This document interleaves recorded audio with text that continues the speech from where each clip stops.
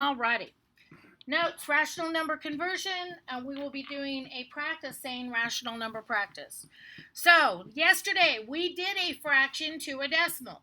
Alright, does anybody remember how we converted 3/4 into a decimal?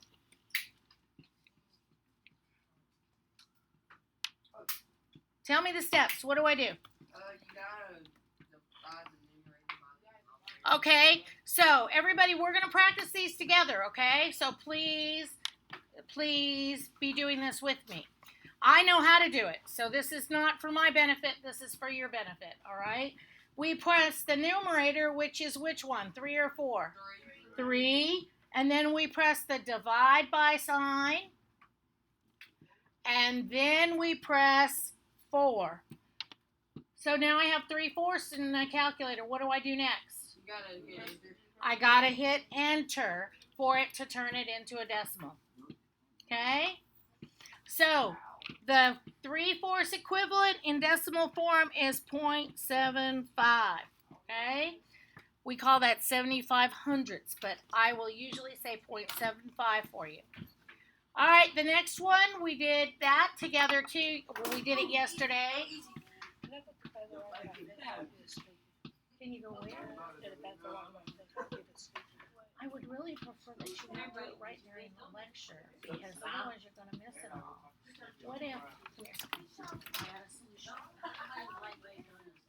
You already know. What if you stick this in your mouth and have something to kind of suck on? Okay? All right. 1 2/3. What am I going to do? You gonna put the number one down. Okay. Divide by 3. All right, and then I'm going to take in my calculator and do 2 divided by 3, and I have to hit what? Uh-oh. You always put 0.66 is only 2 behind it. I'll put 3 divided by 2. Uh-oh, that's the denominator divided by the numerator. Remember, we want the numerator divided by the denominator.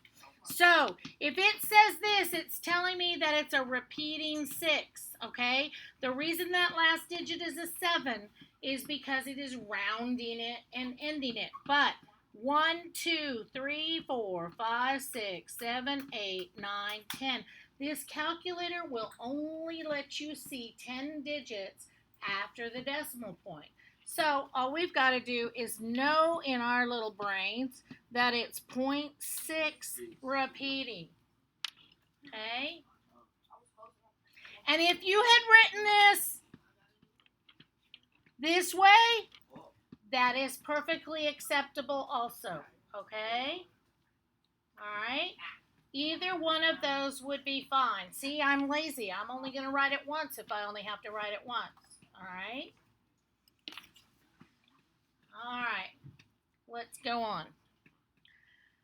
All right. Decimal to a fraction. So, if we have a decimal and we want to change it to a fraction, what are we going to do? Enter the decimal number in the calculator. All right. So, first thing we're going to do, 0.825, then Math and input enter. so then I hit the math key. And do you see how number 1 is highlighted?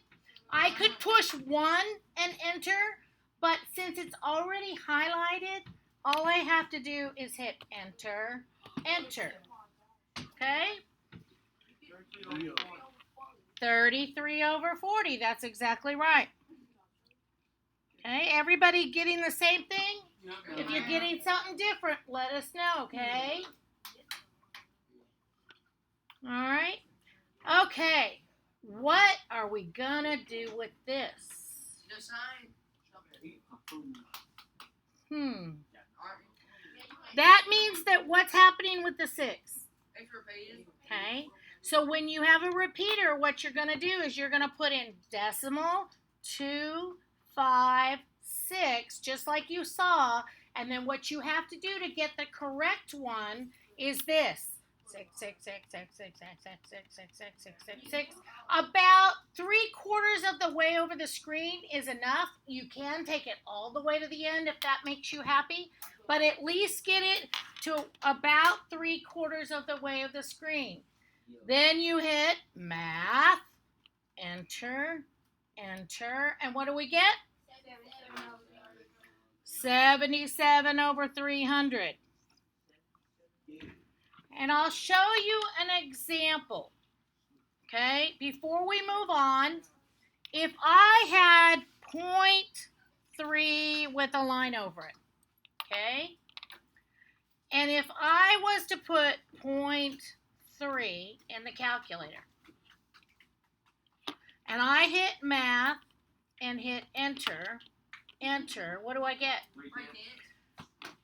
But that's not really 0.3, is it? It's 0.33333333333333333. Math, enter, enter. Now what do I get? Okay, so it makes a difference if you put them in. Now, I've never figured out exactly how many to do, so I just kind of say, you see kind of the half of the calculator, so just kind of make sure it's kind of over that, all right? And you'll be okay, or do it all the way to the end. It doesn't matter, okay? All right, this one, what are we going to do?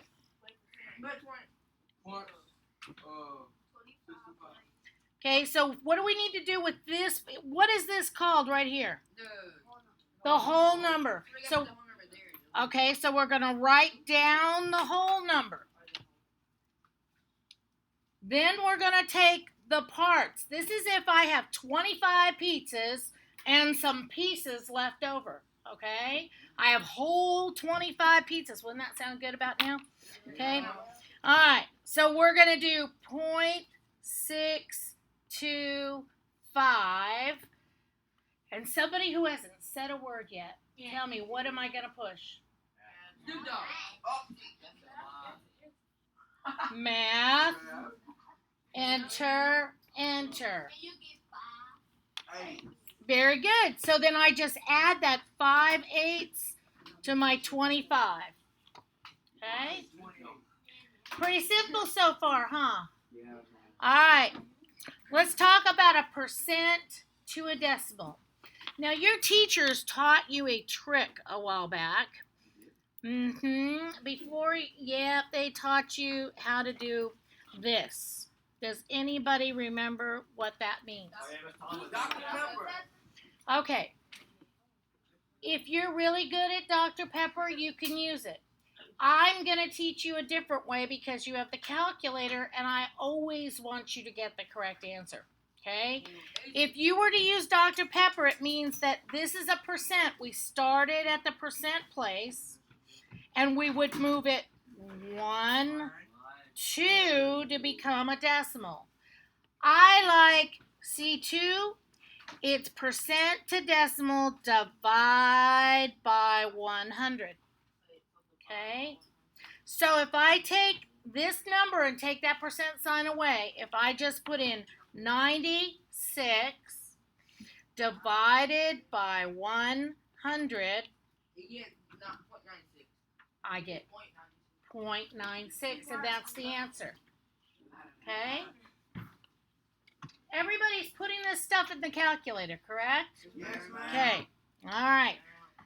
Okay, so I get 0.96 is my answer. Now, this is why I like you to use the calculator, because when you get mixed numbers, percents, and sometimes we're going to get decimal percents, it gets confusing.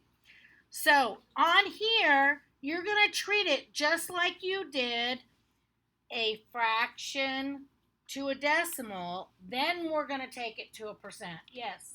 I put 81.33. Okay, so if we write it as 89, and then we need to change this fraction into a decimal.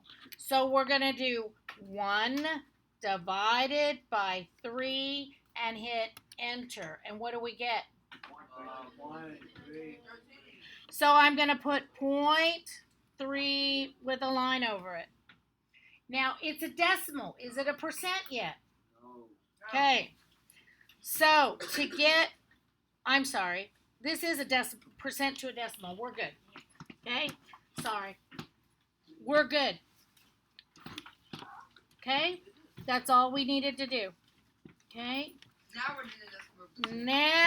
we're going to do the opposite. We're going to do decimal to percent.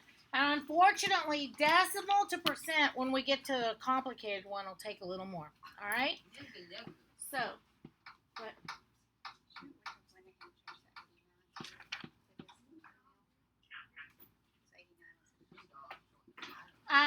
You know what? See, I knew there was another step. I'm getting lost here. What I should have done, this is still the percent. Okay? This means the exact same thing, doesn't it?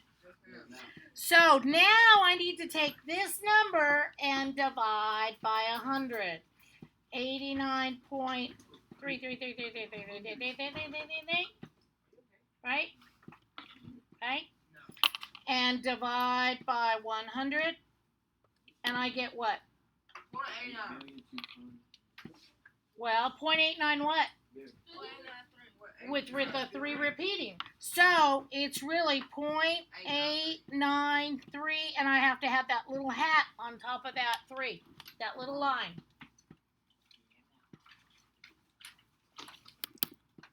Okay? Alright. This one. Decimal to percent. We're going to have 2 steps on this too, but it won't be bad. So, Dr. Peppermint decimal. No, we're not going to have 2 steps. We're going to have 2 steps down here. All right, decimal to percent. If we did Dr. Pepper, you would have the decimal point next to the decimal, and you would move it 2 times to the right. Or we can do the opposite of divide. What's the opposite operation of division? Multiplication. Okay, and this is one thing I want to bring up. You're used to using this sign, aren't you? But you'll be able to dot. Okay. You really, really, really got to get rid of that one and use this one. Because in 8th grade, we do a lot of things with equations and variables. And that x, if you do 2x times 5, it gets confusing as to which one's an x and which one's a 5. Whereas if I write it 2x times, do you see how it's so much clearer? Okay? So get used to using that dot instead of an x for multiply. All right. Now the other thing about this calculator. You see these are all operation buttons. They're a plus, a subtract, a divide, and a multiply, right? This is a minus sign or a subtract sign. See this one down here in the little parentheses? That is your negative sign. This calculator, it makes a difference when you use a negative or a subtract. You have to use it in the right time in the right place. Right here, is that a negative or a subtract sign? Negative. So we need to use the negative sign if we were going to do it. Now, for this operation, do we really need to do it? Because if we take a decimal and turn it into a percent, it's still going to be a negative. Okay? So I can just write my negative sign. And we are going to multiply, let's all write this down, times 100. Okay? Markel, you got that written down? All right. Okay? So, we're going to do 4.2 times 100. Negative 420. And what do we need on the end to make sure it's a percent? The percent sign. It is not a percent until we've written the percent sign. Okay? All right, let's look at this interesting character. Does anybody remember what that sign meant to do? That means, Markel? Nope. Good try. Yes, sir. It's the 1 one that like below the clear sign. It's that one that goes like this. Okay, but what is it? What operation is it? Oh, What does it mean? What are you supposed to do? You gotta multiply that number two times. You have to multiply the number that's there by itself. Now, we don't have to put all that in the calculator though, because I'll show you we got a handy dandy button. But you're not going to use the one that you talked about. We're going to use a different one for this square. That is squaring something. Squaring something is multiplying it by itself. So what we're going to do, all right, you see that open parentheses right there? It's on top of the 8. Everybody see it? We're going to press the open parentheses. We're going to put in 0.25. Then we have a close parentheses, don't we? Where's the close parentheses on the calculator? Right, it's right above the 9. Now, when we want to square something with this calculator, and I'm going to zoom in here, okay? Do you see this button that says x squared? Yes, ma'am. Okay? I want you to touch it once. What happens? It already puts it just before you. It does. It puts your square right there for you, Nick, after the parentheses. Okay? Now all you have to do is hit enter, and you get your answer. So this, first we had to evaluate this to find out that this was 0.0625. Do we have a percent? No, we got a percent sign. So now we need to do what to make it a percent? No, we got a 5. What did we do to this decimal to make it a percent? You Multiply by 100. So we've got to take this one, Multiply by 0.0625 times 100, get 6. and you get your percent.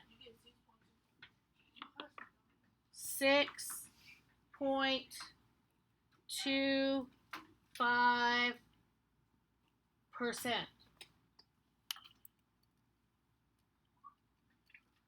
Okay? All right. Last one we're going to do here is a fraction to a percent.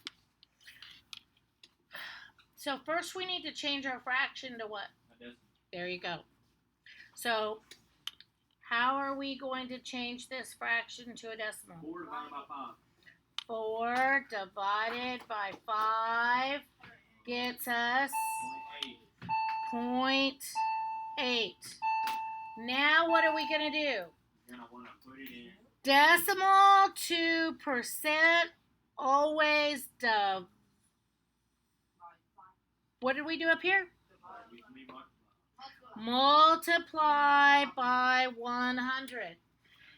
And what can help you remember that? So we're going to multiply this by 100, and what do we get? We get 8. 80, and then what do we need to do? Okay. All right, I want you to look at these two numbers, okay? How you can remember whether you're going to multiply or you're going to divide, which way you're going. Do you see that this decimal will always look smaller than the percent? So you have to make it bigger by multiplying. If you were at a percent, you need the decimal, so you would make it smaller by dividing. Remember that dividing breaks things apart, while multiplying is kind of like rabbits. It makes a bunch of them. Okay? All right? Rabbits multiply quickly. All right? So dividing breaks things apart, and multiplying makes it grow. All right? So here we go. Now we need this number to become a percent. So what's the first step I'm going to do? Write down my whole number, my -3. Okay? Then what am I going to do? Divide 2. You need to divide 2. All right, so 2 divided by 5 gets me 0.4. Nope, you didn't do 2 divided by 5. You probably did it but divided by something else. Okay. I did 2 divided by 3. All right. So is it a percent yet? No. So now what do I need to do? So I'm just going to do the whole thing. And I'm going to put that negative sign in and everything. Negative 3.4. Okay. Negative 3.4 times 100 gets me negative 340. And what do I have to put at the end? The percent sign. Okay. Now, how you know that you've used a negative sign instead of a subtract or a subtract instead of a negative? Well, I'm going to show you both, and maybe that will help clarify what they look like on this calculator. I'm going to zoom way in, okay?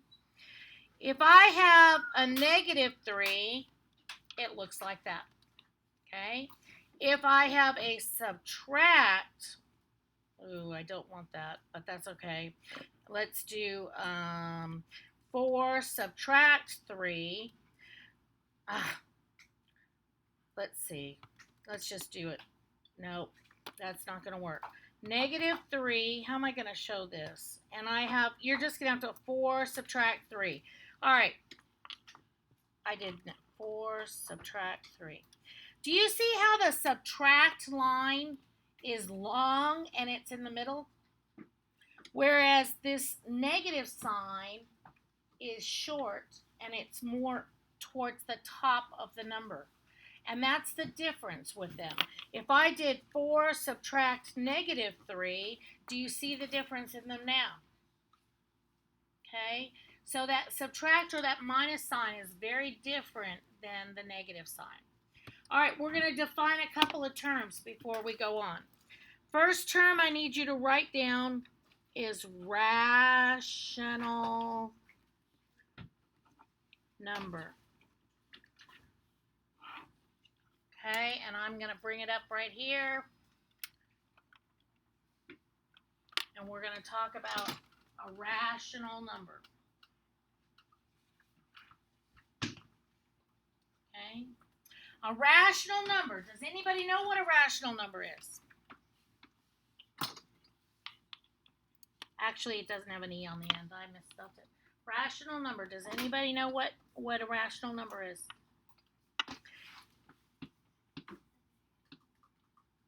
Close. It includes negatives, but how we're going to define it is any number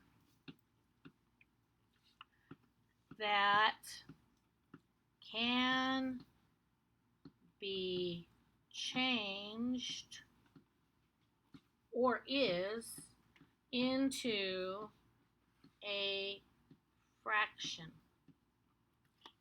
Okay? Any number that can be changed or already is a fraction.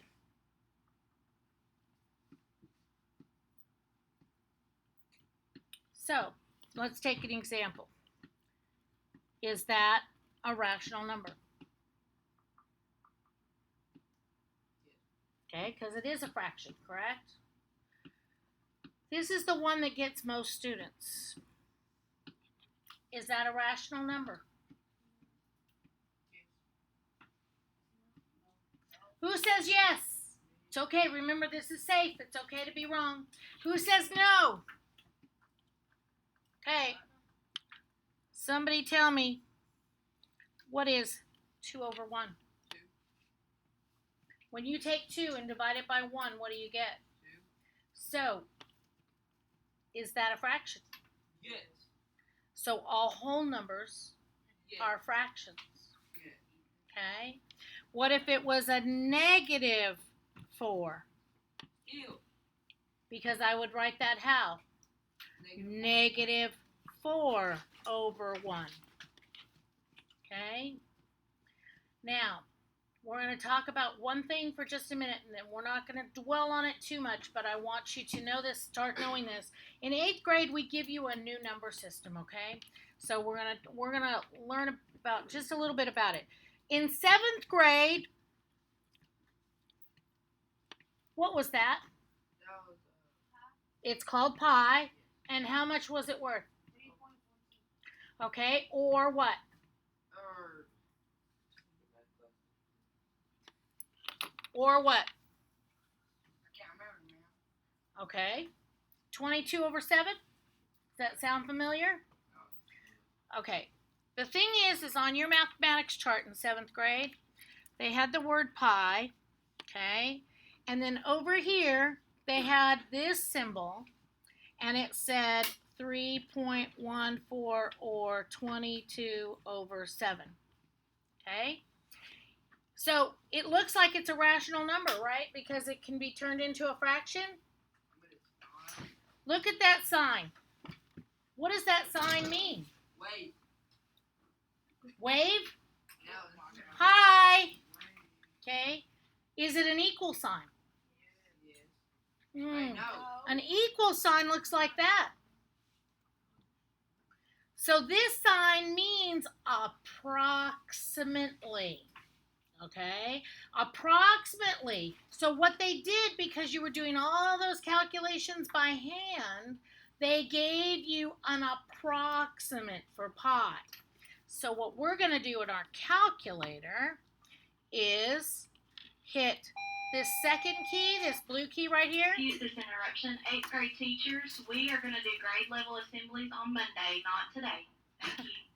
And do you see this blue symbol that is pi? You're going to hit the button with the Chinese hat. I call it a Chinese hat. Okay? Does everybody have pi on their screen? I want everybody to get pi on their screen. Hit second and the Chinese hat, because the pi symbol is in blue. And so that is why it's asking you to do that. Because anytime you need to use something in blue, you're going to press the second key once, and then you're going to press this key right here, okay? Once you get pi on your screen, everybody has it, then we'll go from there. Do you have it? Okay. Get that second key, which is the blue one. Okay. And then hit this one right here. There's your pi button right there. Okay? So you got it, right? Okay. All right, you ladies all have it? Okay. Junior, you got it? No? Okay. Hit the second key right here. And hit this key. You see how pi is up there? You hit this key and it'll give you pi. See that? Okay. I want you all to hit enter. Alright. Look at that number. It's 3.14. Okay. Don't touch anything else because we're going to do one more thing. All right. Look at, does any of those numbers after the decimal point repeat? Okay. So none of them repeat. All right. So it isn't a repeating decimal, and we know it's going on and on and on, I think. So now I want you to go back, and I want you to hit the math key. Okay. Everybody hit the math key? And I want you to hit enter, enter, and see if you can turn it into a fraction. Oh, so pi can't be turned into a fraction. Therefore, you've just learned the most famous irrational number, which is your new number set for 8th grade. Okay? So pi is not rational. It is irrational. Okay? We've got one more thing to talk about, and guess what? You're not going to have to get to your worksheet today. We're going to have to do that on Monday. Isn't that nice? Okay? All right, last thing we're going to talk about is define the word integer. What is an integer? An integer is like a negative. Can it be like a negative sign? Like a negative symbol? Okay, Or like a negative number? it includes negatives. What else does it include? Decimal. Positives. And what type of numbers are they? They're odd. All numbers. Even. Who said it? I heard it. Even. Who said whole? Okay, so an integer is negative and positive whole numbers, including 0. Because 0 is neither negative nor positive. So, integers are negative and positive whole numbers, including 0. Okay? Alright? And the reason that we defined integers, we defined rational, is it's a part of our practice sheet that we're going to do. Now, I want you to take all of your binders, put your orange sheet back in behind your purple sheet. I want you to put this piece of paper behind the notes tab, all right? So that you have it and you find it for Monday. Okay? And we will do our practice. I'll do a couple problems with you, and then I'm going to let you practice on your own on Monday. Then you can put your notebooks up, turn the calculators off, put those up.